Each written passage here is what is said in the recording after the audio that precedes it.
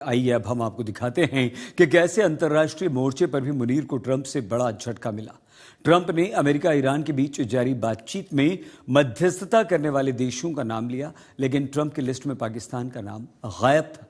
अब तक पाकिस्तान बार बार यही दावा करता आया है कि दोनों देशों के बीच मध्यस्थ की भूमिका वही निभा रहा है, सबसे महत्वपूर्ण कड़ी वही है। आखिर ईरान के साथ बातचीत में ट्रंप ने मुनीर को बाहर का रास्ता क्यों दिखाया? आइए दिखाएं आपको हमारी इस रिपोर्ट में। पाकिस्तान को ट्रंप ने दिखाया ठेंगा, शांति वार्ता से मुनीर को किया बाहर। ईरान को ट्रंप की आखिरी चेतावनी, समझौता नहीं तो अब महायुद्ध तय। ईरान का पलटवार, टारगेट है लॉक। पाक के डबल गेम से भड़का युद्ध, पाकिस्तान न मुश्तबा का न ट्रंप का। भले ही ईरान और अमेरिका के बीच एक बार फिर बारूदी वार पलटवार का सिलसिला थम गया है। दोनों मुल्कों के बीच स्थायी युद्ध विराम के लिए पर्दे के पीछे मध्यस्थों के जरिए वार्ता शुरू हो गई है, लेकिन ईरान अमेरिका के बीच शांति दूत बनकर नोबेल पुरस्कार जीतने का सपना देख रहे पाकिस्तान को जोर का झटका जोर से लगा है। अमेरिकी राष्ट्रपति ने ईरान के साथ चल रही बातचीत से पाकिस्तान को बाहर कर दिया है। अब अमेरिका और ईरान के बीच मध्यस्थ की भूमिका में पाकिस्तान नहीं बल्कि सऊदी अरब, कतर और यूएई है। चंद हफ्तों पहले तक अमेरिकी राष्ट्रपति यही दावा कर रहे थे कि शांति वार्ता में पाकिस्तान की भूमिका है, लेकिन अब ट्रंप ने सार्वजनिक तौर पर पाकिस्तान का नाम नहीं लिया। अमेरिकी मीडिया में छपी रिपोर्ट के मुताबिक पाकिस्तान के आर्मी चीफ मुनीर की भूमिका को लेकर ट्रंप के दिमाग में संदेह है, क्योंकि पाकिस्तान एक तरफ अमेरिका और ईरान के बीच मध्यस्थ बनकर शांति की माला जप रहा था, वहीं दूसरी तरफ चीनी हथियारों को ईरान तक पहुंचाने में मदद कर रहा था, यानी पाकिस्तान डबल गेम खेल रहा था। 8 अप्रैल को पाकिस्तान ने पूरी दुनिया में यही ढिंडोरा पीटा कि अमेरिका और ईरान के बीच 14 दिनों का युद्ध विराम करवाया। यहाँ तक कि स्थायी युद्ध विराम के लिए अमेरिका के उपराष्ट्रपति पाकिस्तान गए, लेकिन स्थायी युद्ध विराम छोड़िए, चंद दिनों में अमेरिका और ईरान के बीच युद्ध शुरू हो गया।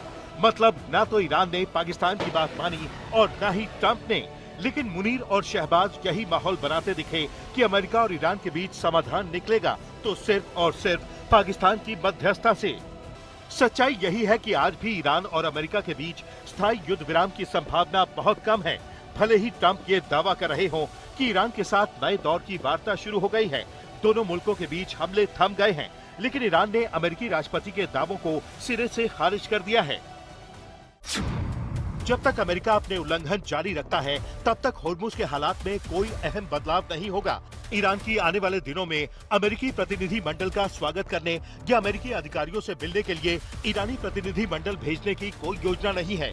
ईरान ओमान के साथ होर्मुज के माध्यम से एक नया रास्ता बनाने पर चर्चा कर रहा है, जिसमें एंट्री और एग्जिट लेन के साथ साथ एक एकल गलियारा शामिल होगा।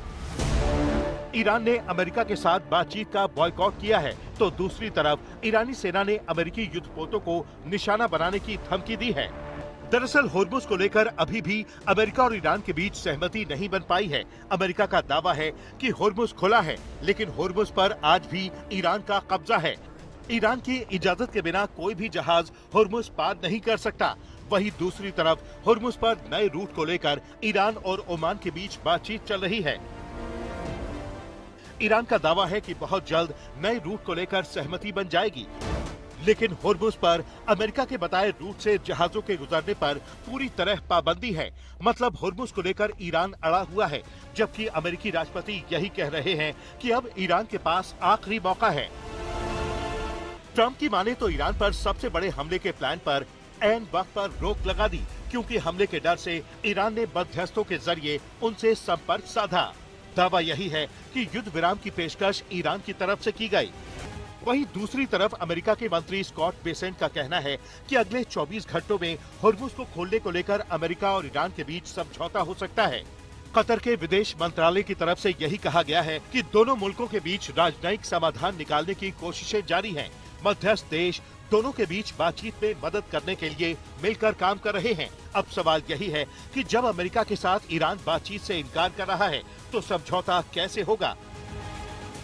सवाल बड़ा है, क्योंकि हूती की तरफ से सऊदी अरब के एक हवाई अड्डे पर हमले का दावा किया गया है। मतलब हमले अभी पूरी तरह थमे नहीं हैं। अब देखना यही है कि अगले 72 घंटों में अमेरिका और ईरान के बीच युद्ध विराम का रास्ता निकलेगा या फिर महायुद्ध का रास्ता खुल जाएगा। आज तक ब्यूरो।